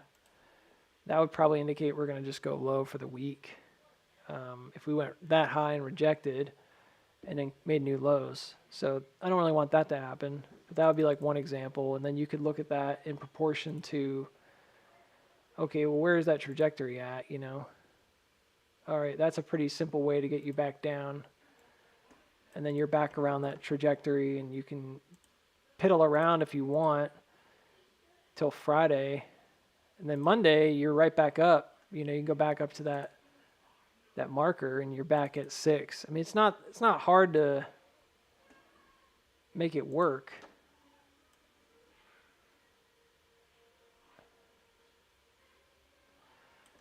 And the marker we had was like 640. This is 630. It's not that different. So in the realm of possibilities, has anything changed? Everything changed? No, not yet. This could very well be it right there. It's still like a week. And then you're still looking at SOS maybe into August. And that's basically the same thing I drew last week. So what would change it would be if we got maybe some kind of like early advancement as soon as tomorrow. So if you hit that, I know this kind of goes against what I said about the Tuesday low, because you're like, well, now it's going down further on Tuesday. I know, but maybe that's the only thing that really changes.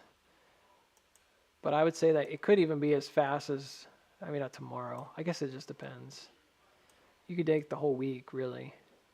But if this came downward, then I would just say, all right, it's not Tuesday, it's Wednesday or whatever. But the next low is still not lower than what we hit, potentially, right? So who really cares? In fact, this kind of makes sense as like that other bottom we often see, like the bounce in, the rise, and then the higher low. Although usually, unfortunately on AMC, they tend to be kind of negative. That's the shallow S curve. You get a rise, and then you get a cat ear. If it comes back higher, that's really positive. If it starts advancing again, AMC likes to do them where it comes lower, which would stink, but it does like to do that, where you get this kind of sell-off down low, and then you stay really low until the end. They're the same idea. So this would be pretty positive to me. And this could be an example of us coming to like 513 or 5. I'd be very, very bullish if I saw that and then I saw an advancement. That'd be really easy to trade, in my opinion, upside, massive potential. This one's a little more delicate because it'd be more stepped across, and probably would have to wait for that later confirmation. You wouldn't get it as quickly since it come down lower. But I don't know yet. Let's just kind of wait. So we'll see what happens. If it comes back up again and rejects along the top here, then we're just looking again for that bottom. And I sort of anticipate something like this is possible going into the end of the week. They really want it down to 5 by Friday and then run on Monday. This is a good way to do it. And this is a bottoming structure. It's just bigger.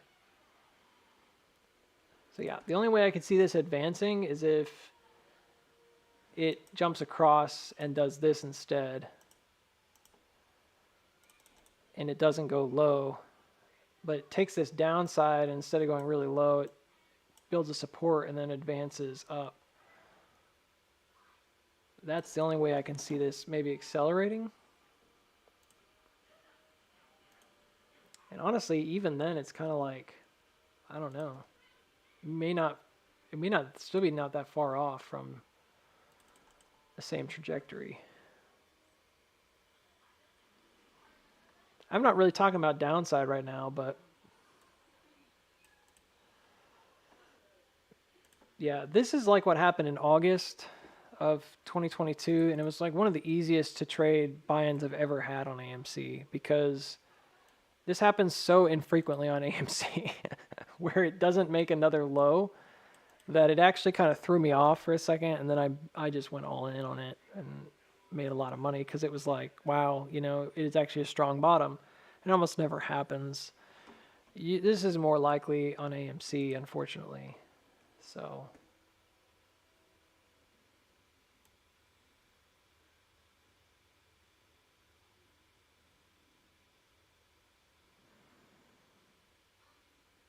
timestamps are not really, they're not going to change unless something super dramatic happens, because I think for every major move, there's like a corrective move that can easily like take you back to being on time. If this had advanced above 548 and just held above there today, I think I'd be speaking pretty differently about it. Some of you are like, well, it's going up right now. We'll see. I'll come back, you know, later this afternoon and this evening and check it out again, see if this holds. I'd watch to see if it rejects around 548 in after hours, and then we'll go from there. So, yeah, GME is a little more reasonable. It looks like it's trying to hold that support here, and same deal. Like, I could see it trying to flush through it one more time, but this is still going to be where you want to find support later, right above 25 here. So this is a good place for us to be on GME. Potential support. Pretty good. It looks healthy as a potential bottoming area. I haven't seen anything that makes me think it's just a secondary sideways action. Not yet. The only thing that could change my mind would be if we saw chop here and then there's like an up thrust that fails and then you start dropping. This would probably be the only time right here that you'd see downside. It'd have to be something like that. Could be a lot less dramatic, maybe low key, but this is the only kind of situation I could see with a maybe potential for a stronger downside. So we'll watch for that.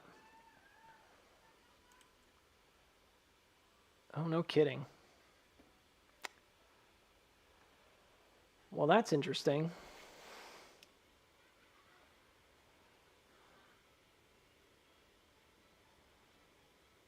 I'm not sure what to make of that just yet.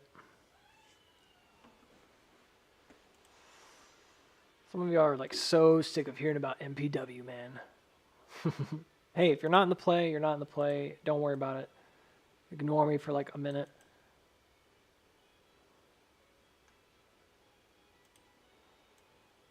Yeah, I mean, it broke out, so, and then it held support. So I don't know. This is weird. I'm not a big fan of random run-ups like that right before close. And you already know that if you followed me for a while. I just don't know. They just don't feel good to me. They always feel like a fake out. What I'd like to see is this push high. You can gap up tomorrow to like 496 and then drop, find support. That's fine. Something like that would be good. Otherwise, I'm kind of skeptical of that. That's all I'm going to say about it for now. I wanted to make a higher push here and then come back to the creek, find support, and then I think you're in a good spot. Oosh. Went right through that intersection. Interesting. Is the rest of this now a negated Booksy? I don't know. In the grand scheme of things, my first interpretation of this was very, very basic. It was basically like we would come up high, here, drop low.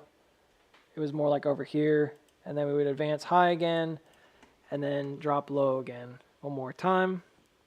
In theory, this is already advanced past the creek, so it's just a matter of question of like whether or not it distributes again. I don't know the answer to that. It looks like it came above and closed above. Massive red candle last minute. In some ways it doesn't matter here because like there's plenty of space if you need to come back and retest. It's not going to kill the momentum. You know, this is the move. So yeah, maybe not coming down this low, but down to like 218 again. Sure, Wouldn't hurt anything.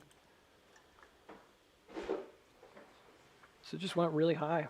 Weirdly right on that intersection, but again, I really don't plan those things like that. It's more just the nature of the trajectories and all that stuff. Sometimes it just so happens to be really perfect, but that's not what I was trying to do. So that was an intersection of the downward creek and this upward widening that we saw on the spread, and then a long-term trend from way back. That's it. I don't really have any other reason it would go there, so I don't know.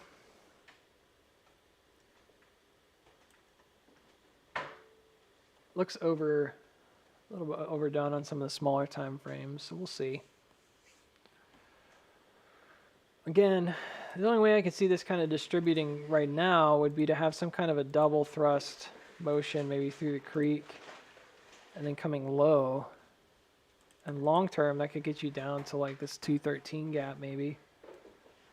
Still think it would probably rise back up. There's a outstanding trend beneath us, so that might be kind of strange. That's why I thought we'd come where we did. I had it drawn to like here. I thought we would come down that way.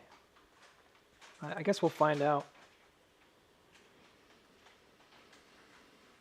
So, pretty big day for AMC. 1 hour halt in the middle of the day. Crazy volume afterwards. Restructuring of debt. I'm sure there's going to be a million people trying to put out videos about it. I'm not going to put out another video. I think I'm just...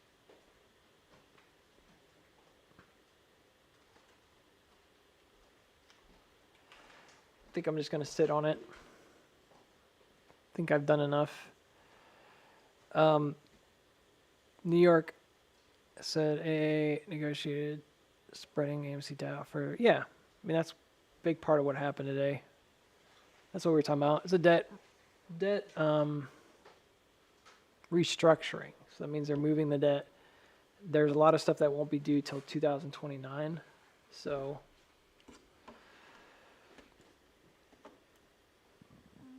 is that positive? Yes. Does that mean that necessarily things have to go a certain way? No. I mean, it is a very positive thing. A lot of times we end up selling the news because there's a, let's call it a,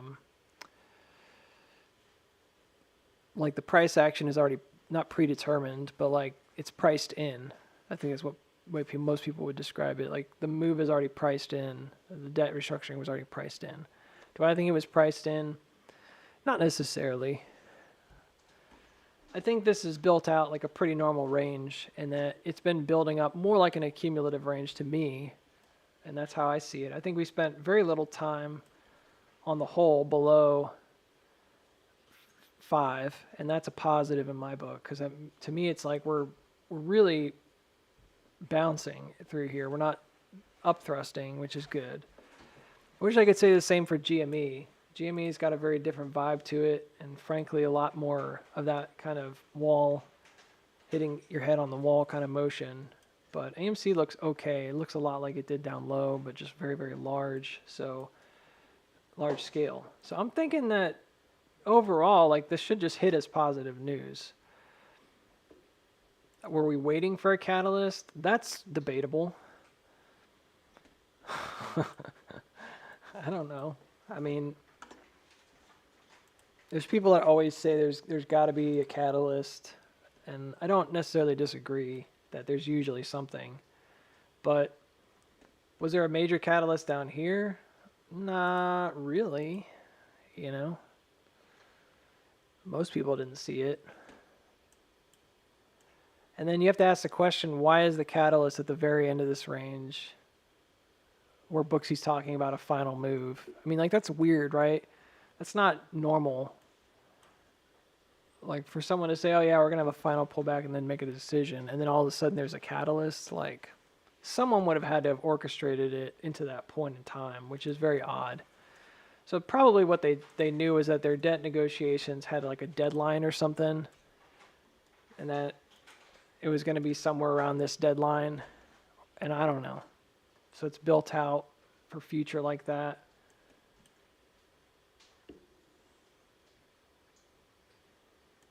In the end, I don't think I really care that much.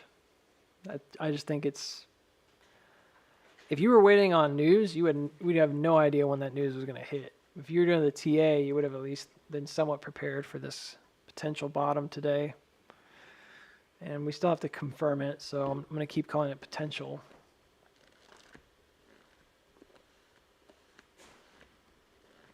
I'm very annoying about it because I know that a lot of folks don't tune in every day, and it's not your fault. You're just busy and got stuff to do. I know it's hard.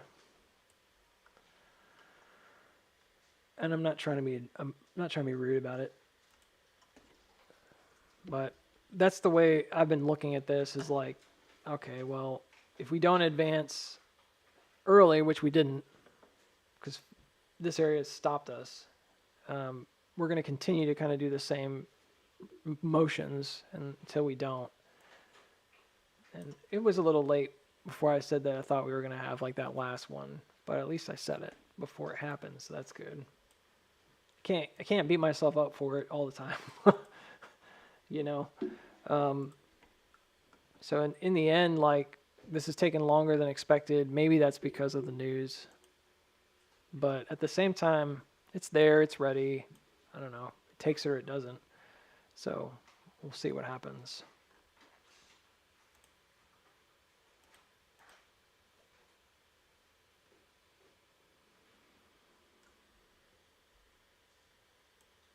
Yeah, I don't know.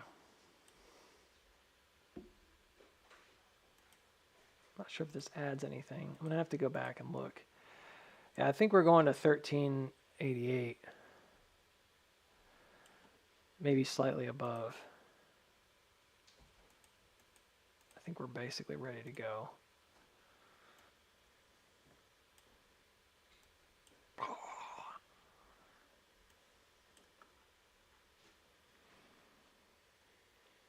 My problem is that I can't keep all this stuff on my chart all the time. But then, like, it comes down to it, and I have to go, oh, well, I did this drawing, but I deleted it because my charts are too messy.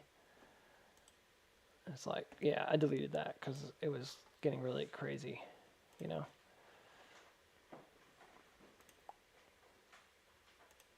I feel like I'm, like, trying to, like, defend myself or something, like, oh, I really did draw it this way. I'm really trying to just more or less just illustrate what my thought process was. Because if we're getting the targets and we're getting like a general idea, that's fine. I mean, if we're getting really good targets, that's fine. But if we're getting the general idea, that's more ideal. In some ways, that's more ideal because you really want to get the general idea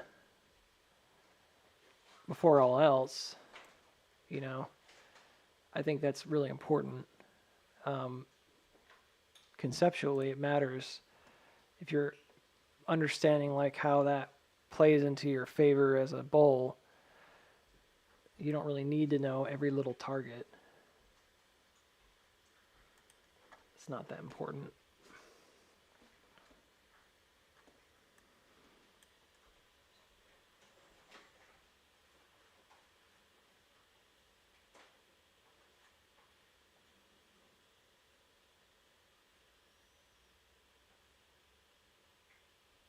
We're going to get above 6 this week. You keep asking me that.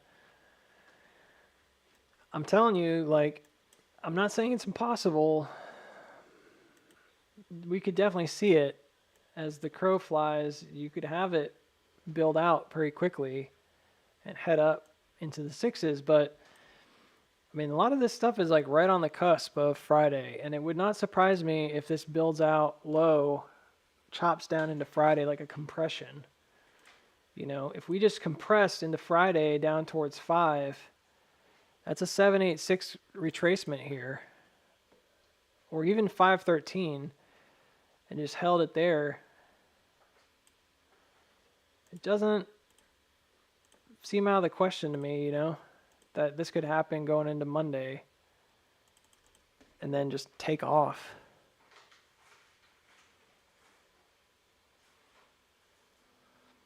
It's basically just a backup or an LPS. So don't count your chickens before they hatch. That's the way the saying goes. Like, mitigate possibility with probability. Make sure that you understand that even though things are possible, like there's always a stronger probability that, especially for AMC, that the operators really kind of keep it crushed. And when the exception happens, then you can be really excited. But until that time, you kind of just expect this kind of nonsense, you know, going into the week. So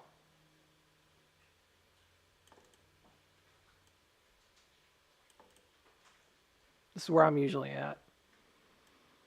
Maybe it looks worse than this. I don't know. But you get my what I'm trying to say here.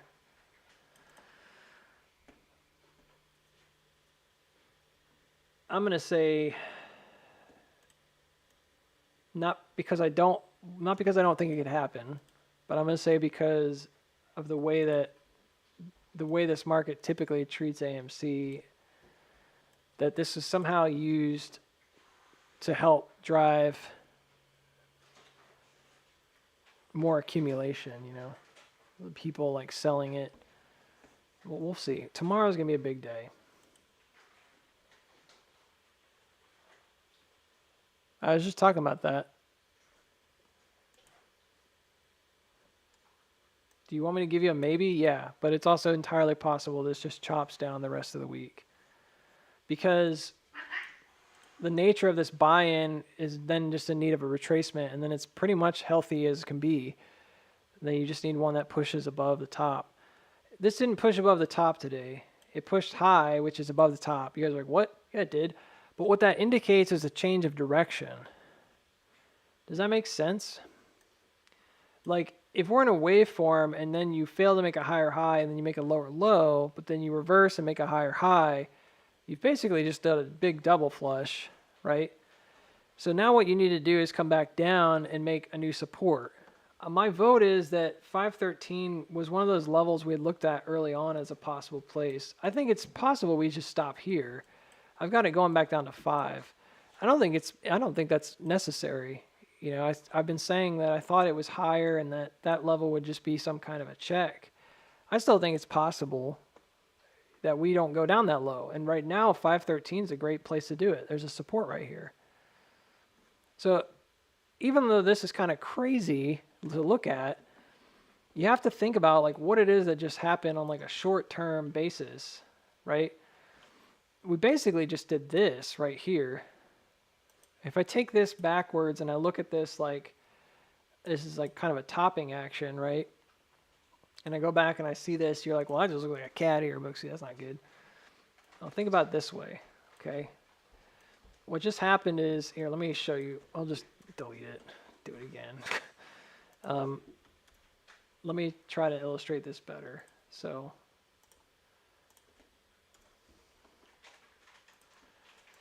all right, so you build out an early prelim support with early supply coming in. You sell off onto a top. I'll just stay at tops right here. You try again. It looks a little distributive, but at this point, you've come back down and you've now made a new bottom here, right? You're coming back up. You don't hit a higher high, so this doesn't go over the top. It just advances. It does make a little bit of a high that could be bearish, right?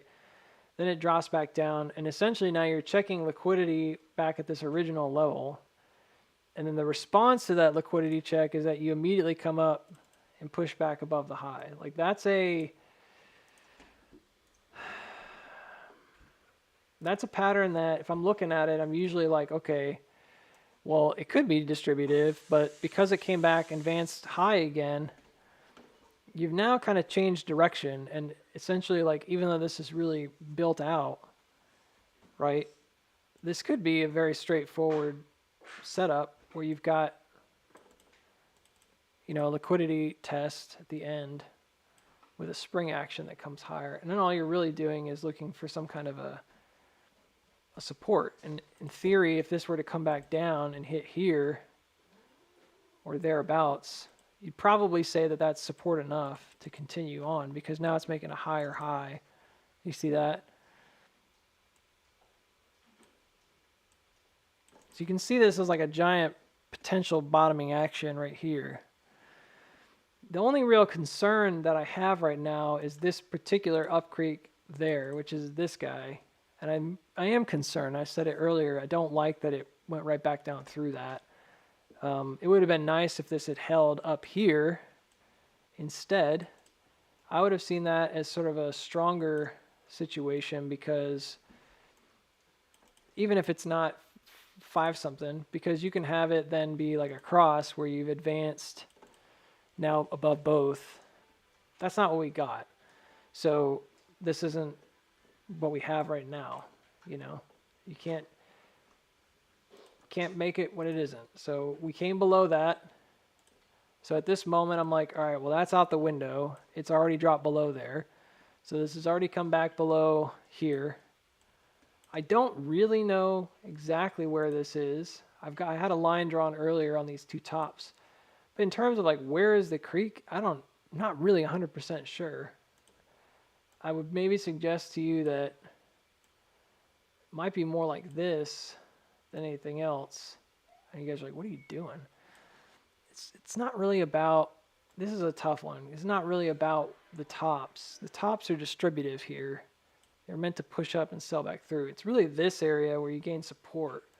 So I'm thinking these 2 tops, these secondary tops here and here. So I think that's it. So for now, like, we came back down. So we're going to have to do that advancement all over again. And that's why I think that this is a highly probable situation where you get this reactive move and you essentially, like, you press back into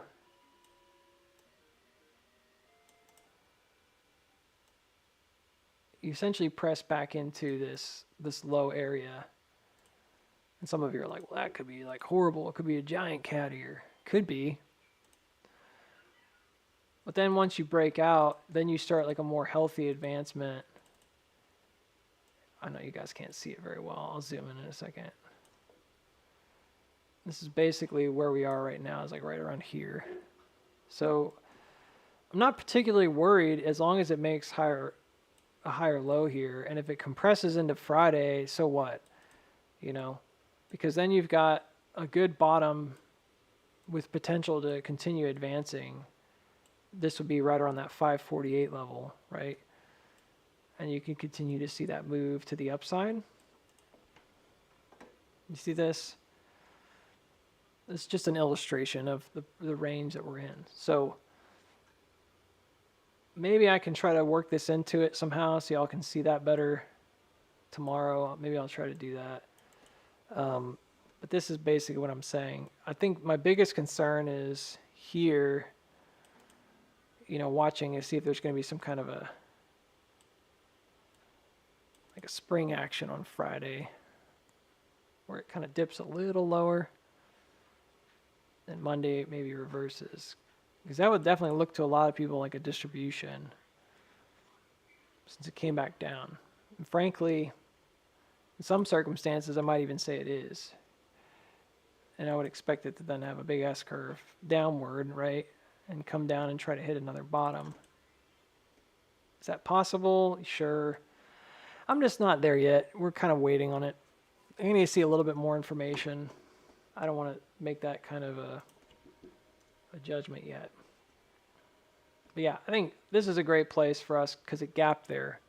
That's why I'm maybe a little optimistic. Since it gapped up at 513, that's the level we really want support at. So it's a good place for us to kind of push above and then come back down to on a retracement.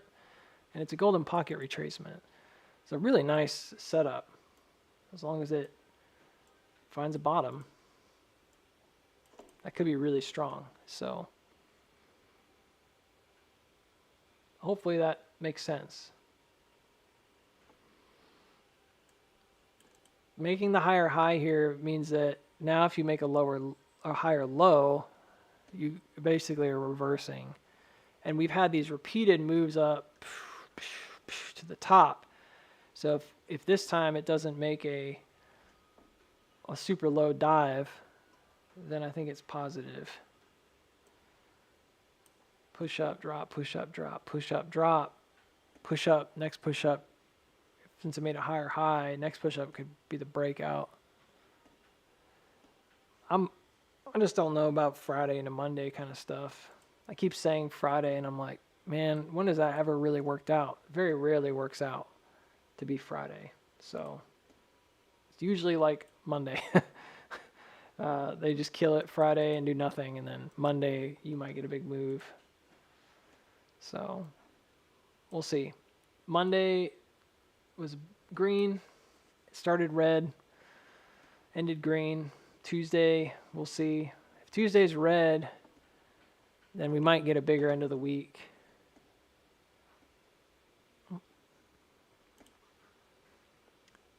I don't know. IWM's a kind of different spot. Doesn't seem like it has a lot of room unless it's just going to like break down here.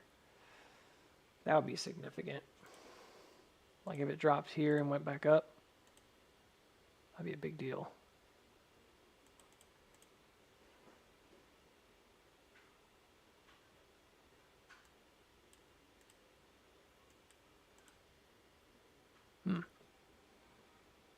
Yeah, that's a whole nother can of worms. So anywho, we're already back down in after hours. Just be patient with it. Don't worry about it too much. Interesting day, bizarre day, right? With that 1 hour halt. Good news. Now we just gotta wait it out.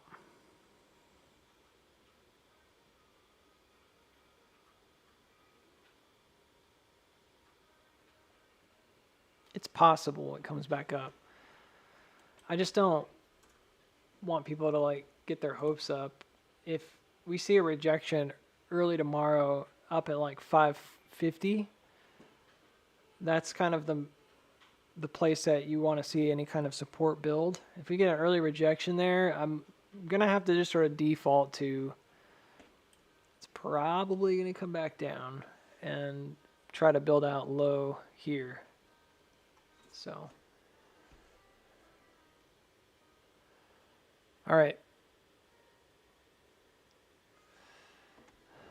guys, I'm done. I hope you have a good day. We'll talk to you later. Thanks for the supers.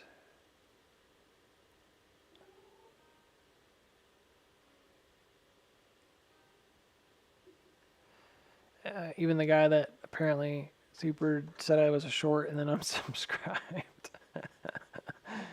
So weird. All right.